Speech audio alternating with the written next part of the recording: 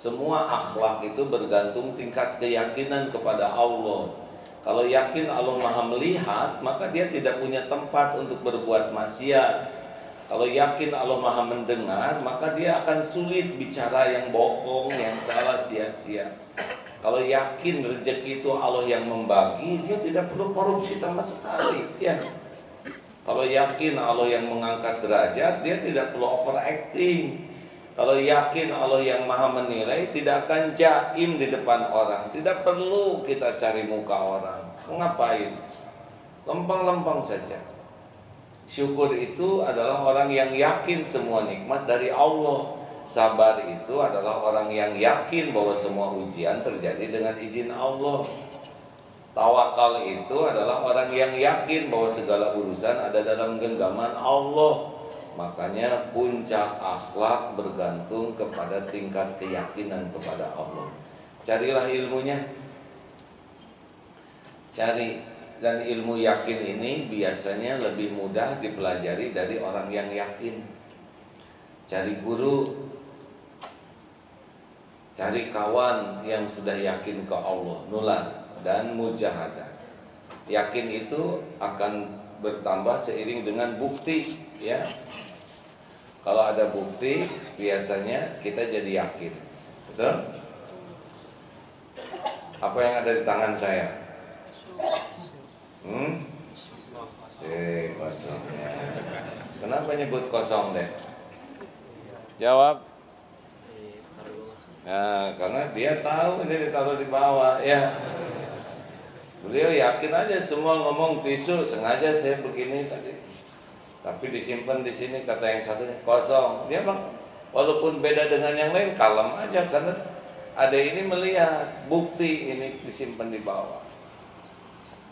Tadi nyebut kosong karena tadi melihat seperti megang tisu, ya. Nah kalau kita sudah melihat bukti, yakin tuh. Coba yang ceramah ini Aagim atau Aajimi? Jawab ada di yakin? Ya iyalah. Kalau hanya dengar suara mungkin Agim atau Ajimi, tapi kalau jelek begini, supaya dapat bukti maka mujahadah. Supaya bukti bahwa rezeki itu ada, maka mulailah sekarang sedekahnya jangan ragu-ragu. Coba keluarkan uang lebih daripada biasa. Lepaskan itu jam tangan, lepaskan apa, sampai nanti kita tahu benar bahwa ternyata tidak akan berkurang harta dengan sedekah. Tapi kalau tidak pernah mujahadah, tidak. Ada orang berbuat jelek, berbuat baik. Idfa billati hiya ahsan, tolak keburukan dengan cara yang baik. Berbuat baik sama orang yang berbuat jelek. Lihat nanti bagaimana orang itu dirubah oleh Allah, diubah oleh Allah jadi orang yang sayang ke kita. Janji-janji Allah ini akan nyata kalau kita mau mujahadah. 2. Kesibukan kita sehari-hari adalah 1. Memahami kebenaran supaya iman kita meningkat. Yang kedua adalah wa'amilus sholihat.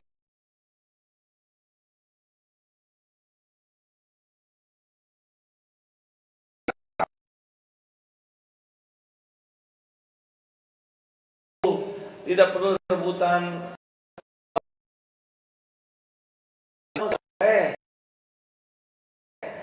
Tidak perlu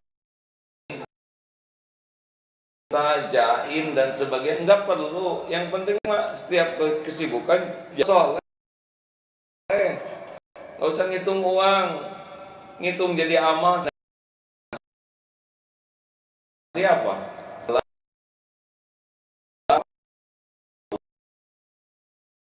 Yang adalah tuntutannya.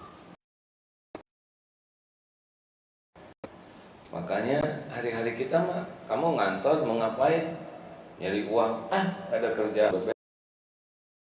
beres. Enggak, ngedidik anak, punya suami yang nyebelin, Apa? Amal. Berapa banyak wanita jadi mulia gara-gara suaminya nyebelin?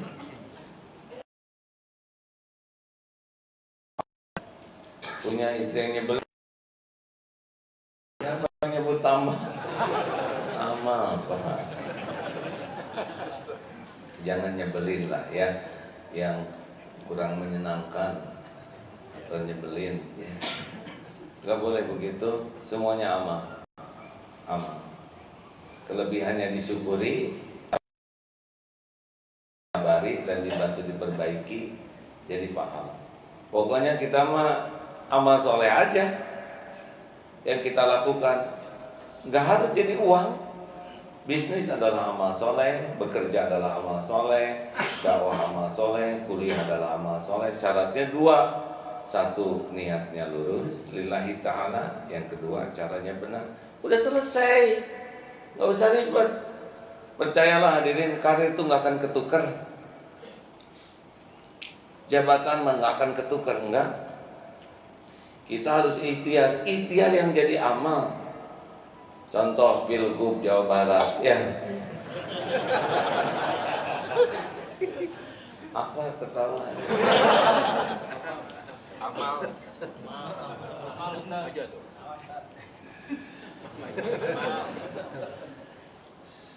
Banyak yang bersilaturahim, mendukung, memberikan motivasi dengan argumen yang baik-baik. Saya yang asalnya nggak kepikiran jadi kepikiran, yang asalnya mau apa, tapi dengan argumen itu jadi sepertinya bekal banyak manfaat. Tamu berdatangan, harusnya sekarang ini juga Cak Imin dan tim jam 1 nih datang, alhamdulillah nggak jadi, sehingga lebih ringan bagi saya dan mudah-mudahan ada waktu yang lebih tepat, katanya begitu. Tapi intinya begini, sesudah dijalani beberapa minggu, apa yang terjadi? Satu, asa nggak ikhlas dalam melakukan apa-apa, Pak. Mau ceramah selalu ujungnya pilgub. Silaturahim nanti ketemu ini ketemu supaya apa? Pilgub. Potret pilgub. Ngasih hadiah ini pilgub. Wah, cilaka ini. Benar-benar cilaka saya kalau harus diatur seperti ini. Gajah pahalanya. Masa ceramah diatur supaya di daerah Jawa Barat kesini demi nantinya supaya milih. Wah, gawat, ini tidak cocok dengan ceramah. Harusnya lillahi ta'ala, sekarang jadi lillahi pilgub. Gak enak sekali, tidak enak sekali itu. Sangat tidak nyaman, ada niat di balik sesuatu itu yang bukan karena Allah. Yang kedua, ibadah jadi berantakan karena rapat sampai malam jam 12 dan susah. Qiyamul lailnya jadi gak nyaman dan terdominasi. Yang ketiga, jadi sering gibah. Kenapa sih ngomongin orang, Pak? Rapat-rapat yang ngomong orang, polling, ini, gampang. Saya sampaikan ke teman-teman, udah cukup, segitu aja. Saya mau kembali ke habitat. Mau gini aja. PDLT, perbaiki diri, lakukan yang terbaik lillahi ta'ala. Selebihnya mah terserah Allah. Kalau emang harus jadi, nanti jadi, pasti ada jalan. Tapi nggak usah dengan kotor hati, nggak usah dengan rusak ibadah, nggak usah dengan gibah. Kalau nggak jadi ya syukur. Pokoknya mah yang paling penting mah jadi amal. Mau ngapain jadi juga kalau nggak jadi amal? Bayangkan apa yang bisa kita lakukan memperbaiki orang lain, kalau memperbaiki diri aja jadi enggak. Bagaimana ngajak orang jadi lebih baik kalau saya jadi lebih jelek? Mungkin ada yang nggak setuju, ya nggak apa-apa. Aku yang menjalani hidup ini.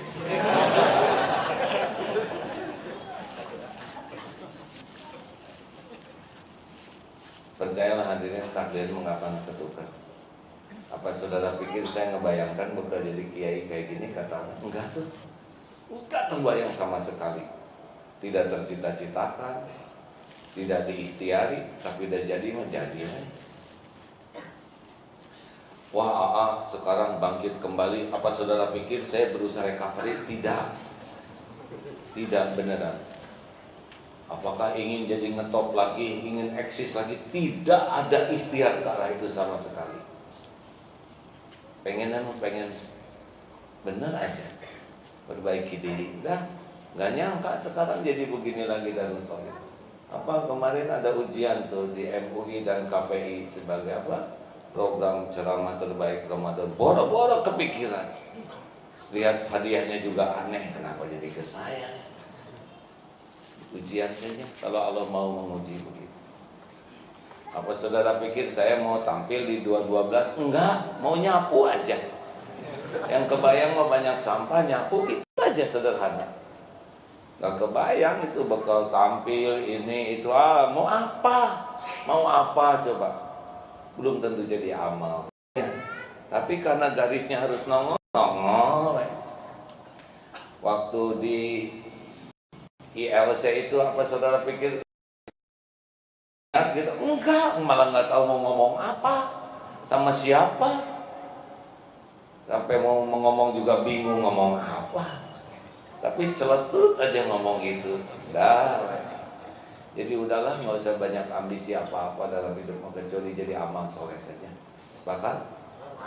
Halo? Lebih enak kan dengarnya? Kalau jadi amal soleh itu nggak capek hatinya. Mungkin capek fisik, hati enggak. Karena yang bikin capek hati itu nggak ikhlas. Berharap sesuatu dari selain Allah itu bikin capek. Kalau orang niat amal soleh kan ikhlas syaratnya. Ya. Udah, orang mau terima kasih mau tidak ya itu mah urusan bibir dia.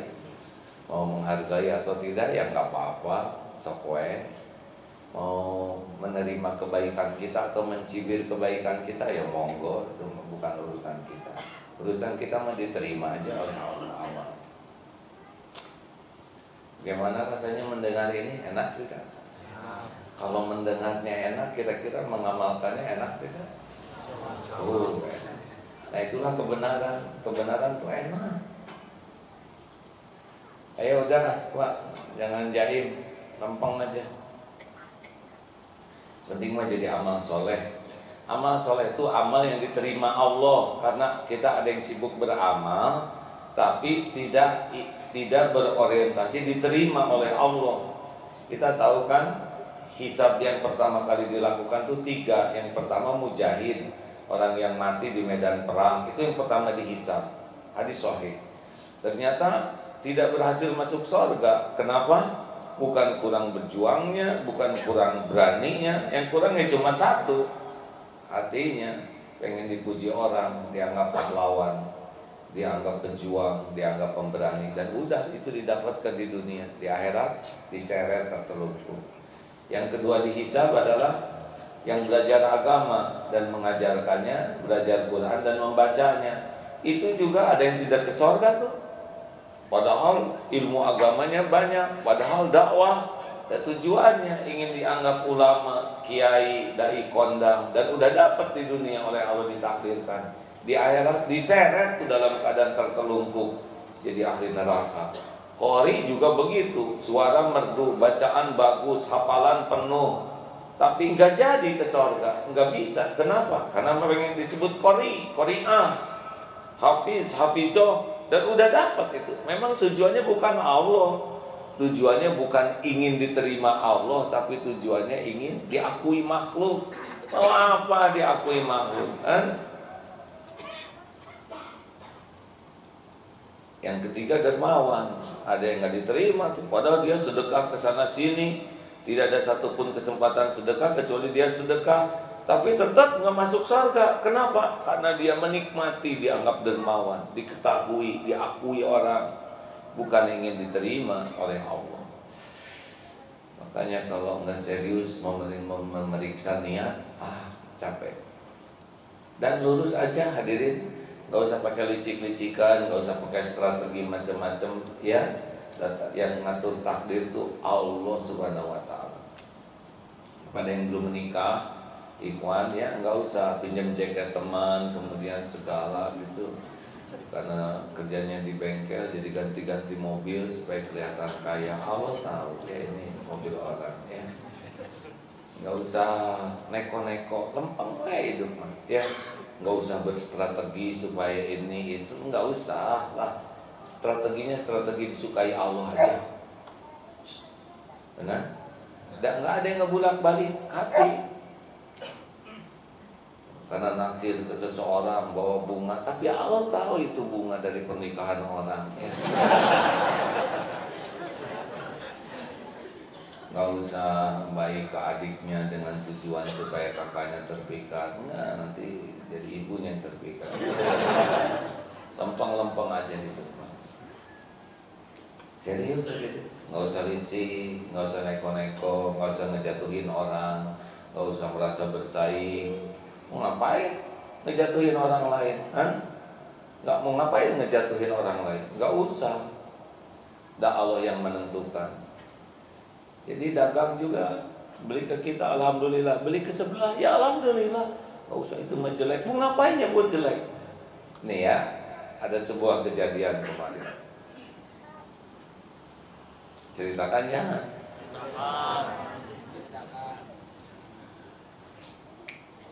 Jual kendaraan. Ada teman yang mau beli silakan. Ya. Kendaraannya begitu, baru setahun dipakai, sekian kilometernya. Berapa harganya? Terserah Bapak aja. Kata yang beli, terserah AA aja. Ya sudah tuh, Bapak lihat aja di koran mana yang harga-harganya yang umum. Kalau dilihatkan aja dari internet, dua harga ya, ada harga tingginya, ada harga rendahnya. Berapa AA mau jualnya? Kata saya, Bapak aja. Enggak, pengen AA. Coba saya, ini kendaraan saya nih. Beliau ada memperlihatkan dua harga, harga yang tingginya ada, harga yang rendahnya ada untuk yang sama. Kira-kira saya pilih ngejual pakai harga yang mana? Salah, saya pilih ngejual pakai harga yang rendah supaya yang beli merasa untung. Gitu. Kan nggak kepikiran. Yang namanya untung itu nguntungin orang. Jadi ada dua harga, ini misalkan sekian ya, katakanlah ini mah segitu lah. Yang ini 10.000, yang ini 9.000. Mau milih yang mana? Saya pilih yang 9.000 aja Pak. Apa kata yang beli? Kalau gitu saya beli 10.000. Gitu, itu jual beli yang bagus. Serius Pak. Saya sampaikan Pak, berkah Pak, inilah jual beli Islami ya. Penjual memilih harga yang paling rendah, pembeli memilih harga yang tertinggi. Ini karena saking saling ingin menyenangkan. Saya ingin menyenangkan yang beli ingin menyenangkan penjual. Biasanya terbalik, saya yang senang, itu pengen itu senang. Jadi dua-duanya sakit hati. Kalau begini dua-duanya bahagia. Masya Allah. Dan nggak ketukar rezeki hadirin. Makanya nggak usah pakai licik-licikan, nggak usah muji-muji kendaraan. Kalau ini mobil kuat, bagus, 2 kali nabrak benteng juga, nggak usah. Lempeng ini apa? Supaya jadi amal. Setuju? 3, tawasaw bil haqq. Yang ketiga, apa aktivitas kita sehari-hari saling menasehati dalam kebenaran. Tiap hari kita harus cari tahu orang yang bisa membantu kita jadi lebih baik. Kalau ada yang ngasih tahu koreksi ke kita, itu kita nggak usah bela diri. Lebih baik syukuri, karena itu yang kita minta kepada Allah. Bukankah tiap sholat kita minta ihdinas siratal mustaqim, siratal ladzina an'amta 'alaihim ghairil maghdubi 'alaihim waladdallin. Bayangkan itu, minta ditunjuki jalan yang lurus, jalan orang yang kau beri nikmat kepadanya, bukan jalan yang kau murkai, bukan jalan orang yang sesat. 17 kali kita minta sehari. Belum lagi dalam duduk di antara dua sholat. Wahdini, berikan petunjuk. Sekarang Allah gerakan siapa di antara orang-orang yang Allah kehendaki. Mungkin guru, mungkin teman, suami, istri, anak, mungkin pembantu, supir, atau siapa yang ngasih tahu kekurangan kita. Kenapa kita jadi marah? Itu yang kita minta, giliran dikasih malah jengkel. Maunya apa? Maunya dipuji. Acungkan tangan yang pantas dipuji. Nggak ada. Puji itu hanya nyenengin nafsu. Dah, kalau ada yang ngasih tahu, ini terkabul doa. Acara TV kemarin akan wawancara tuh di TV, di news ya, yang naik kuda tuh. Ada juga yang ngasih tahu, kalau ngobrol jangan duduk di atas kuda. Saya ngejawab, ini bukan ngobrol, dakwah, tapi hati kecil saya mengatakan ini nggak cocok dengan ceramah sendiri, itu kan ngobrol ya. Saya meminta maaf sesudah ini. Ada alasan, itu bukan ngobrol, dakwah. Karena posisinya harus di atas kuda. Tapi hati kecil tetap ngaku. Kan bisa ngobrol di bawah, ya. Nah begitulah. Jadi senjata makan tuan judulnya. Nah hadirin sekalian, mari kita nikmati koreksi saran. Memang tidak selamanya benar, ya. Dan tidak selamanya caranya baik. Ada yang isinya benar, caranya enak, itu paling pulen namanya. Ada yang isinya benar, caranya nggak enak. Jangan banyak ngomong lu, enak gua dengarnya. Padahal benar, emang kita banyak ngomong.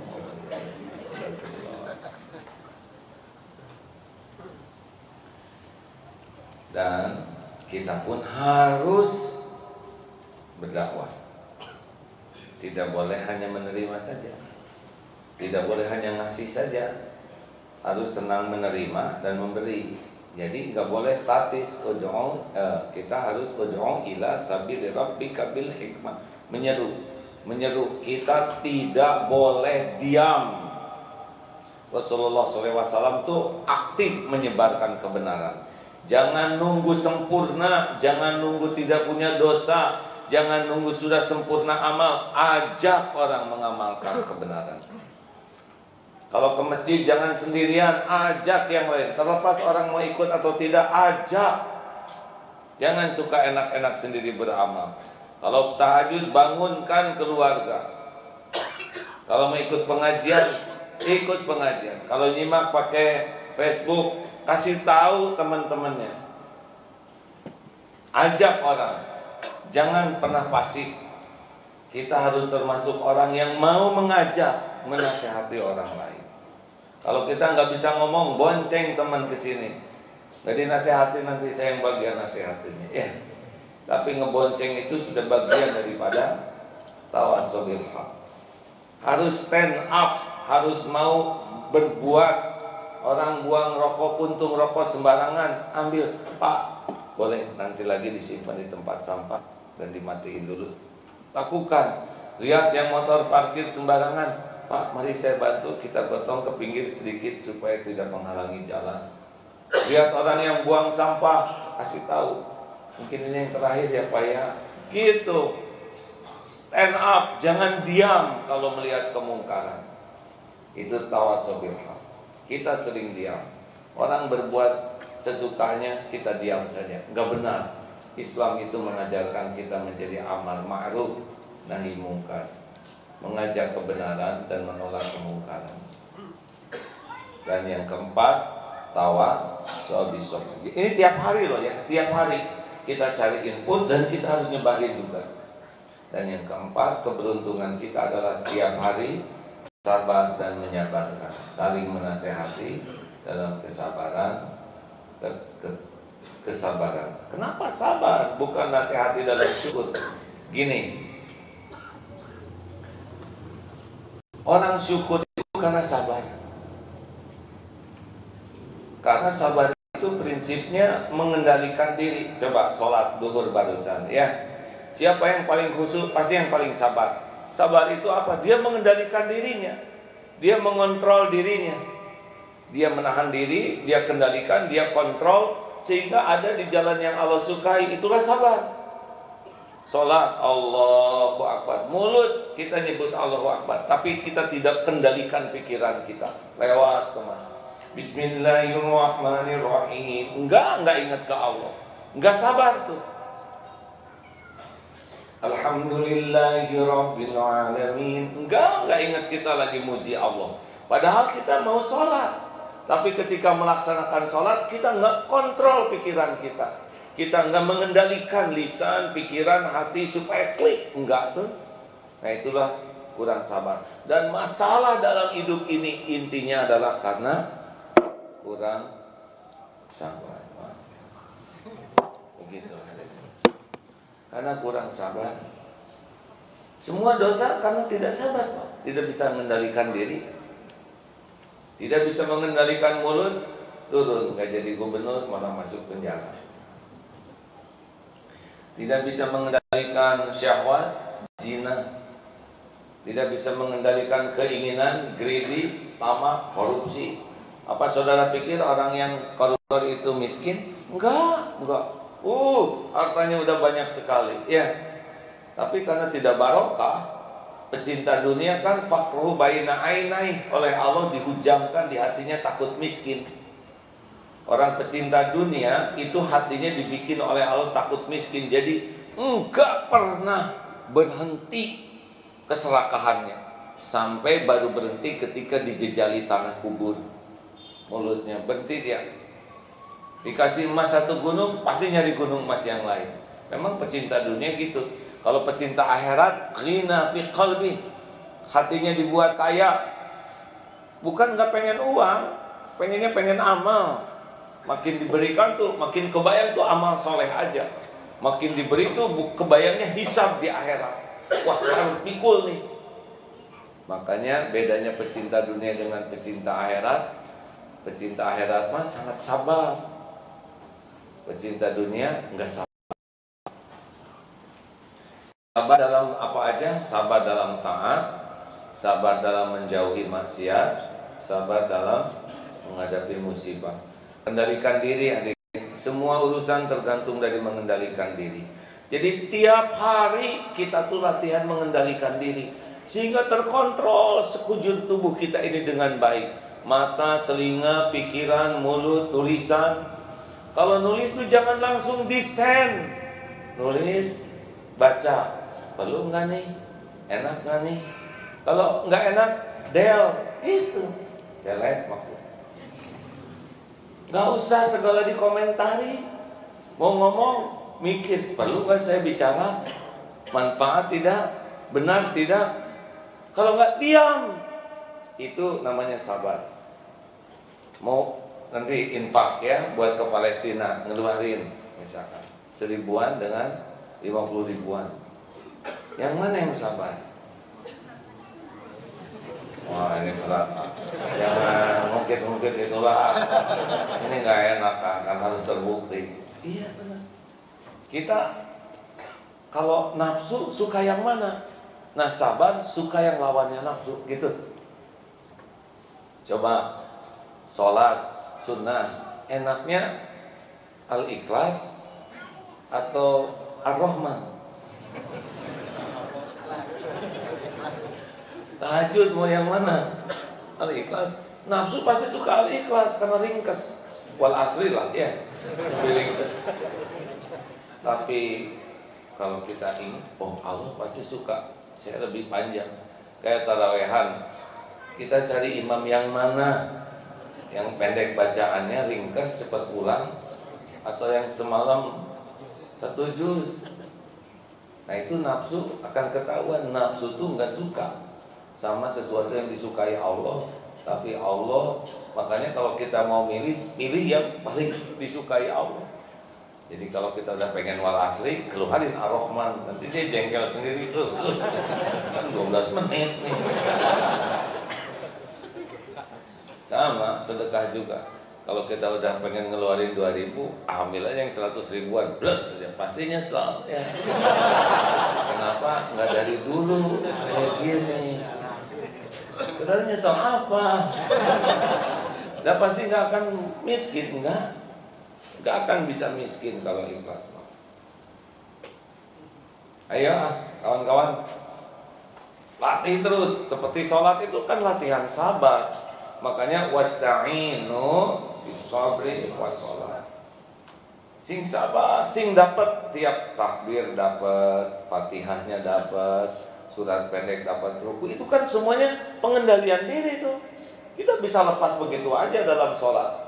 Benar? Zikir harus sabar. Kalau nggak subhanallah. Tungguin subhanallah. Kenapa sih nggak subhanallah? Dunia baik-baik saja. Kita sekarang wirid 10 menit misalkan, emang dunia jadi kacau? Enggak lah. Tenang, tapi kita semuanya serba sisa. Sholat sunnah lewat aja begitu, padahal kita sanggup itu. Itu kesabaran. HP nih, sekarang maksiat bisa sekejap ada di HP, benar? Harus sabar. Nggak pengen ada yang iklan, dibuka berlanjut saja. Itu pasti jadi masalah buat kita. Karena tiap maksiat itu ngundang musibah buat kita, ngundang kepahitan. Nggak ada yang lolos.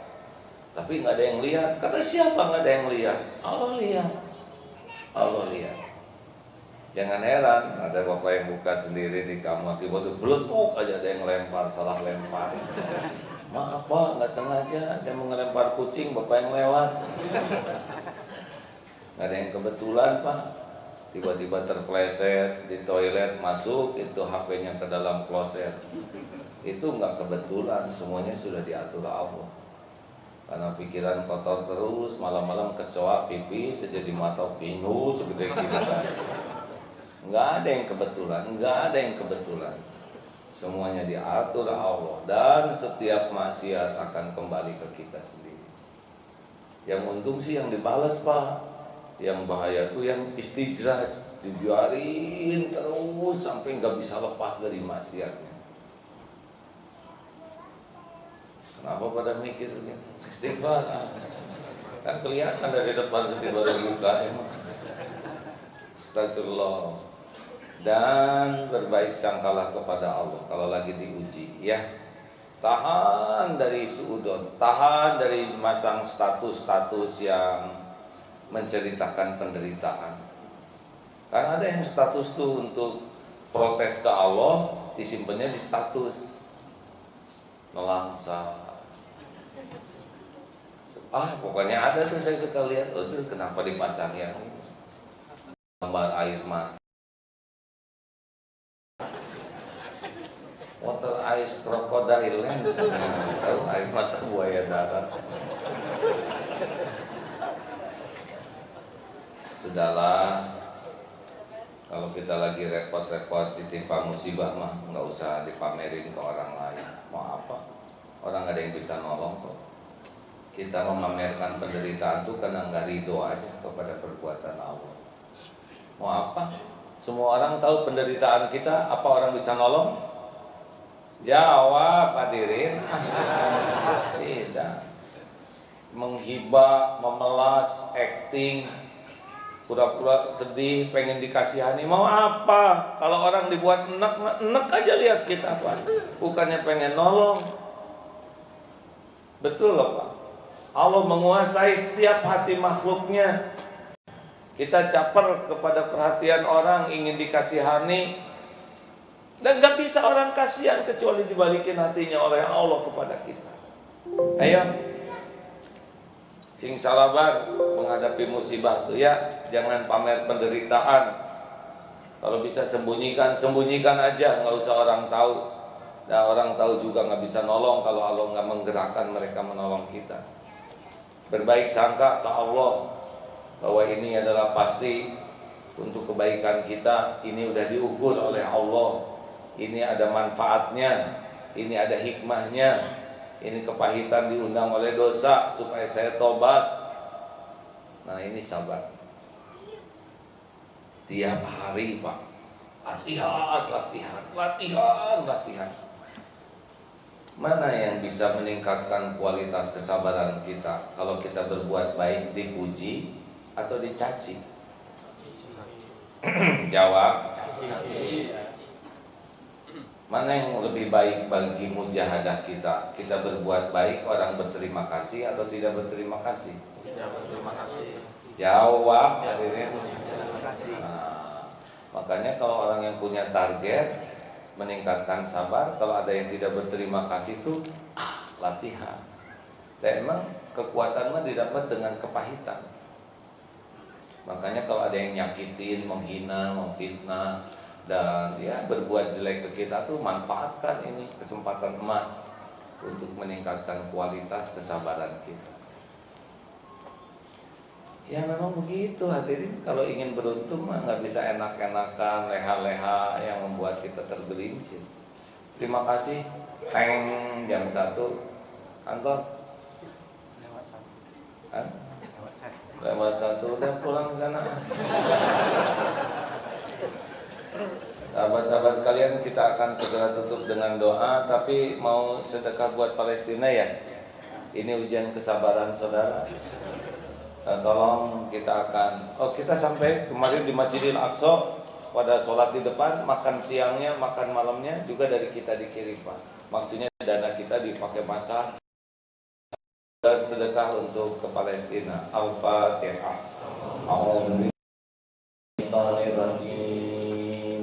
Bismillahirrahmanirrahim. Alhamdulillahi rabbil alamin.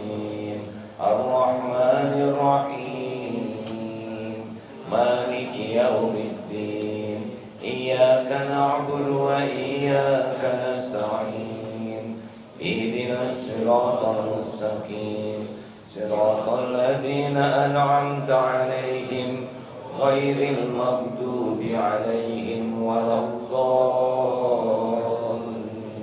Amin ya Allah. Ayat kursi. Allahu la ilaha illa huwal hayyul qayyum la ta'khudhuhu sinatun wa la nawm lahu ma fis samawati wa ma fil ard man dhal ladzi yashfa'u 'indahu illa bi'idhnihi ya'lamu ma bayna aydihim wa ma khalfahum ولا يحيطون بشيء من علمه إلا بما شاء وسع كرسيه السماوات والأرض ولا يؤوده حفظهما وهو العلي العظيم اللهم صل وسلم وبارك على سيدنا محمد وعلى آله وأصحابه أجمعين.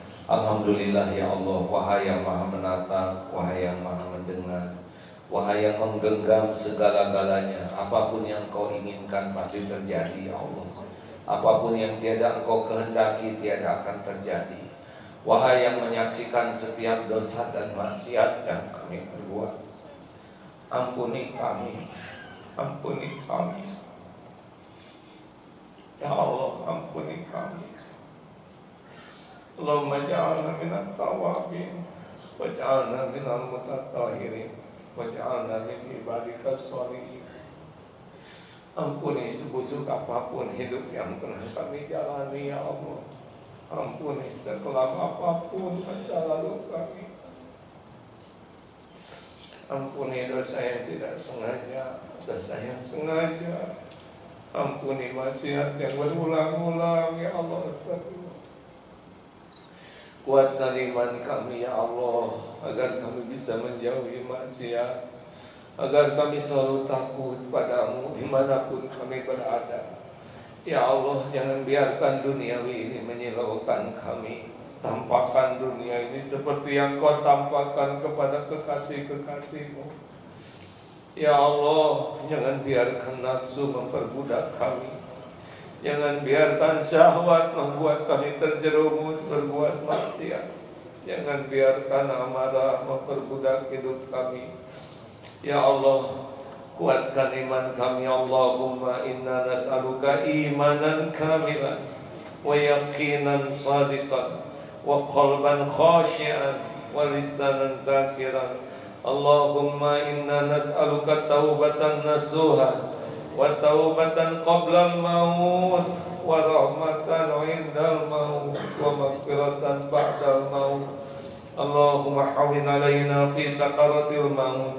Allahumma inna nas'aluka husnal khatimah wa na'udzubika min su'il khatimah. Allahumma ighfir lil mu'minina wal mu'minat wal muslimina wal muslimat al ahya'i minhum wal amwat. Berkahi majelis ini ya Allah, kuatkan iman yang masih rapuh, berikan nikmat ibadah, cukupi hanya dengan rezekimu yang halal barokah. Jadikan kami semua ahli sedekah. Ya Allah, berikan pendamping terbaik bagi yang merindukannya. Ya Allah, pernikahan yang barokah, titipkan keluarga sakinah, keturunan yang soleh, hafizah. Ya Allah, berikan kepada kami nikmatnya ibadah, nikmatnya istiqomah. Berikan kesembuhan bagi jamaah yang sedang sakit ya Syafi'i. Lepaskan dari lilitan hutang piutang ya Ghani. Berikan jalan keluar ya Fatah. Berikan perlindungan bagi saudara kami di Palestina, di bumi manapun yang Engkau saksikan teraniaya ya Allah. Jangan biarkan kaum yang zalim berjaya ya Karim. Engkau maha kuasa atas segala-galanya ya Arhamar Rahimin. Rabbana atina min ladunka rahmah wa hayyi lana min amrina rasyada. Rabbana atina fid dunya hasanah wa fil akhirati hasanah wa qina adzabannar. Subhana rabbika rabbil izzati amma yasifun wa salamun alal mursalin walhamdulillahi rabbil alamin. Saya minta dibacakan Al-Fatihah kepada salah seorang jemaah kita, putra dari sesepuh kita yang sedang sakit ya. Al-Fatihah.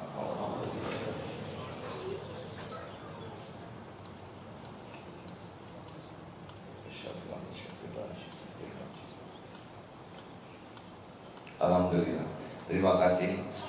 Mudah-mudahan Allah menyembuhkan beliau. Subhanakallahumma bihamdik, asyhadu an la ilaha illa anta, astaghfiruka wa atubu ilaik. Assalamualaikum warahmatullahi wabarakatuh. Makasih kan. Oke, amankan. Nuhun ya. Enggak apa-apa.